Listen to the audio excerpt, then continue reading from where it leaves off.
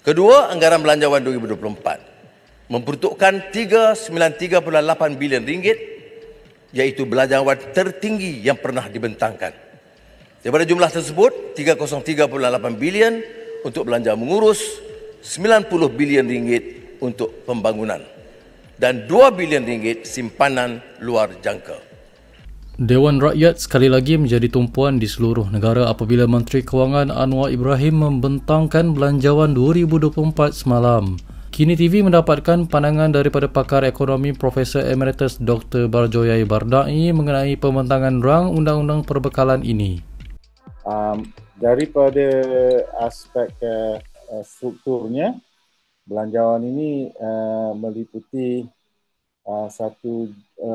dianggap sebagai satu belanjawan pengembangan kerana dia meliputi satu jumlah yang lebih besar daripada tahun lepas, dan dia memperuntukkan hampir 400 bilion belanjawan berbanding dengan 380 bilion di tahun lepas. Walaupun dia belanjawan pengembangan, yang Amat Berhormat Perdana Menteri berikrar bahawa belanjawan ini akan mewujudkan hanya kira-kira 4.2% defisit bagi tahun 2024. Ini merupakan satu ikrar yang agak kuat kerana di tahun ini kita mengalami defisit lebih 5%. Dan ini sebenarnya bersesuaian dengan matlamat Kerajaan Madani ini untuk mencapai belanjawan defisit kurang dari 3% di tahun 2025. Kemudian persoalannya bagaimana kerajaan ini telah berupaya untuk mengimbangi belanjawan sehingga dapat mewujudkan belanjawan yang lebih besar tetapi tidak meningkatkan defisit. Ini adalah kerana tahun ini kerajaan berjaya mengutip pendapatan melebihi apa yang diramalkan. Apa yang diramalkan kira-kira 291 bilion, tapi kita kutip lebih 300 bilion. Dan di tahun 2024 dianggarkan kita akan mengutip lebih kurang 4 atau 5 bilion lebih daripada tahun 2023. Dan ini dianggarkan akan datang 4 bilion tambahan ini daripada pengenalan 2 cukai ke atas keuntungan modal bagi penjualan syarikat tidak tersenarai ataupun saham syarikat tidak senarai, dan juga pengenalan cukai untuk barang bernilai tinggi atau barang mewah lah pada kadar 10% untuk warga tempatan kerana pelancong dikecualikan. Dan dua inisiatif lembaga hasil dalam negeri yang diharapkan akan menghasilkan tambahan cukai yang besar ialah pengenalan e-invoice yang akan membolehkan semua invoice syarikat di Malaysia di trace ataupun di captured oleh big data analytic yang membolehkan Inland Revenue mengawalnya, dan juga menggunakan TIN, Tax Identification Number, untuk individu yang membolehkan juga semua urus niaga individu dikawal. Antara pengumuman yang menjadi perhatian adalah kenaikan cukai perkhidmatan dari 6% kepada 8%. Namun kenaikan tersebut tidak melibatkan sektor makanan dan minuman dan telekomunikasi. Apa rasionalnya kenaikan 2% cukai ini? Cukai SSD adalah jualan dan perkhidmatan. Dan cukai perkhidmatan sekarang ni kadarnya ialah 6%. Dan dia dikenakan ke atas kebanyakan perkhidmatan profesional, perkhidmatan di hotel, restoran dan lain-lain, termasuk fast food ya. Dan cukai sekarang ni pada 6%, dan kerajaan bercadang untuk menaikkannya kepada 8%, dan ini khusus kepada aktiviti-aktiviti yang dianggap mewah seperti di bar, nightclub, karaoke center dan sebagainya. Tapi dia tidak akan meliputi kenaikan ini, tidak meliputi restoran, fast food dan hotel tadi. Baik, Jadi okey. dia akan meningkatkan pendapatan. Saya rasa dalam sekurang-kurangnya 2 bilion begitulah. Namun terdapat juga rungutan mengenai suara M40 seolah-olah tidak diendahkan setiap kali pembentangan belanjawan. Antara yang mengkritik termasuk ahli Parlimen Muar Syed Saddiq Said Abdul Rahman dalam sidang medianya di Parlimen semalam. Okey, sebenarnya belanjawan yang dibentangkan oleh kerajaan ini ialah belanjawan untuk peruntukan perbelanjaan kerajaan, dan kerajaan kerana matlamatnya ialah untuk mencapai kesejahteraan rakyat, dan kesejahteraan rakyat adalah untuk memastikan golongan yang memerlukan mendapat bantuan. Jadi kebanyakan bantuan pergi kepada kumpulan B40 dan kumpulan miskin tegar. Misalnya kerajaan bertekad untuk menghapuskan kemiskinan tegar 160,000 orang miskin tegar dengan berbelanja lebih daripada 2 bilion misalnya. Jadi memanglah kumpulan M40 dianggap sebagai kumpulan yang agak sudah stabil dalam dalam masyarakat kita, komuniti kita, dan mereka sudah boleh berdiri sendiri tanpa bantuan kerajaan. Jadi mereka tidak memperoleh apa-apa habuan dalam belanjawan, kerana belanjawan bukan satu pengagihan pendapatan, dia merupakan satu perbelanjaan kerajaan. Jadi memang kita rasakan kumpulan M40 seolah-olah ditinggalkan, tapi kumpulan T20 pun juga ditinggalkan. Kumpulan M40 ni di tahun lepas, belanjawan tahun lepas diberikan habuan penurunan cukai 2%. Sebenarnya kumpulan M40 di Malaysia adalah kumpulan yang sangat penting. Daripada 2.7 juta pembayar cukai di Malaysia, daripada 2.7 juta, lebih daripada 2.3, 2.4 juta adalah kumpulan M40. Kerana kumpulan B40 memang dia tak bayar cukai, pendapatannya kurang daripada 4,000. Kumpulan T20 pun tidak banyak bayar cukai kerana sebenarnya orang yang berpendapatan 1 juta di Malaysia tak sampai 6,000 orang misalnya. Jadi memang sedikit orang T20 yang bayar cukai. Jadi kebanyakan pembayar yang menyumbang 35 bilion hasil cukai adalah orang M40. Cuma persoalannya, kenapa mereka tak dapat balik sebahagian daripada cukai ini?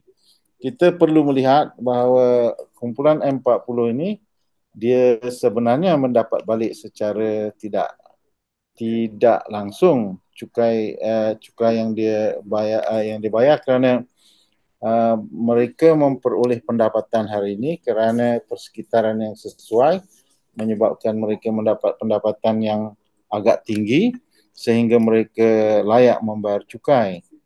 Dan begitu juga mereka hidup dalam suasana yang agak selesa di Malaysia berbanding dengan kumpulan B40. Jadi mereka patut bersyukur dan menyumbang dalam bentuk cukai. Belanjawan adalah belanjawan. Belanjawan adalah anggaran apa yang akan dibelanjakan tahun depan untuk mentadbir kerajaan. Jadi sebenarnya strictly speaking, belanjawan ini adalah satu anggaran apa yang nak dibelanjakan oleh setiap kementerian, jabatan dan semua unit-unit dalam kerajaan. Tetapi kebelakangan ini tradisi yang mungkin telah dimulakan oleh semasa Datuk Seri Najib yang berkembang, ialah tradisi untuk menjadikan belanjawan sebagai satu usaha populis. Maksudnya untuk menarik minat semua orang kepada belanjawan dan kepada kerajaan, beberapa goodies diperkenalkan dalam belanjawan. Jadi Dan goodies ini termasuklah pemberian subsidi dan sebagainya.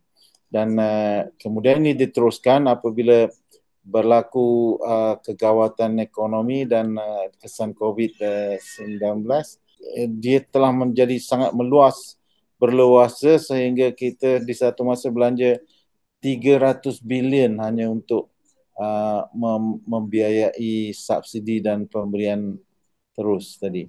Jadi sekarang ini memang itu diteruskan sebab kerajaan hari ini sebenarnya tidak ada pilihan. Dia terpaksa meneruskan ini kerana kalau dia berhentikan serta-merta, dia akan dilihat sebagai anti rakyat. Kerana rakyat mengharapkannya, rakyat sudah mengira-ngira dalam akaun belanjawan mereka bahawa mereka akan mendapat bantuan terus daripada kerajaan. Jadi dia perlu diteruskan sekurang-kurangnya 1-2 tahun ni, dan kemudian perlu dicari jalan bagaimana meningkatkan pendapatan isi rumah tanpa memberikan bantuan ini. Itu yang dilihat sebagai strategi jangka pertengahan dan panjang. Jadi memang ada banyak pembaziran. Saya rasa pembaziran yang paling penting ialah di dalam mengurus sektor awam. Kita ada pasukan sektor awam yang jumlahnya melebihi 1.6 juta dan ini merupakan satu jumlah yang sangat besar berbanding dengan bilangan penduduk di Malaysia. Kalau berbanding dengan negara seperti Singapura, jumlah kita adalah mungkin 3-4 kali ganda ya, daripada apa yang sepatutnya. Jadi itu mungkin boleh dilihat di dalam jangka pertengahan kalau ekonomi semakin malap, muram, kita perlu memikirkan tentang cost cutting ataupun pemotongan belanja. Tapi kalau ekonomi meningkat, mungkin kita boleh teruskan sebab di Malaysia ni sejak 3-4 tahun yang lepas ekonomi kita sebenarnya dipacu oleh perbelanjaan persendirian, dan perbelanjaan persendirian adalah perbelanjaan isi rumah, dan apabila isi rumah berbelanja dia akan mewujudkan kesan berganda yang ataupun multiply effect yang menyebabkan permintaan dalam pasaran meningkat, penawaran dalam pasaran meningkat oleh industri, pertambahan guna tenaga, pertambahan belian kapasiti pengeluaran, pertambahan belian barang-barang bekalan dan sebagainya. Ini semua mewujudkan kesan berganda yang menyebabkan kadar pertumbuhan kita agak baik berbanding dengan negara-negara jiran. Cuma kadang kita tanya, mengapa kumpulan T20 tidak bayar cukai? Ini satu yang perlu didebatkan, dikaji, kerana di Malaysia ni sebenarnya kumpulan T20 memang tidak banyak bayar cukai kerana pendapatan mereka kebetulan tidak termasuk dalam skop percukaian. Contohnya dividen yang mereka terima kalau mereka tak ada kerja, mereka duduk tunggu di rumah dividen tiap-tiap tahun dari syarikat mereka, syarikat yang beroperasi yang menguntungkan, mereka dapat dividen itu tidak dicukai. Jadi kalau mereka tidak ada sumber lain, sumber pendapatan mereka dividen saja, seumur hidup mereka tak perlu bayar cukai. Begitu juga kalau mereka berjual beli saham, dia untung jual beli saham di Bursa Saham Malaysia, pun mereka tidak dicukai kerana memang keuntungan daripada pelaburan dalam Bursa Malaysia tidak dicukai.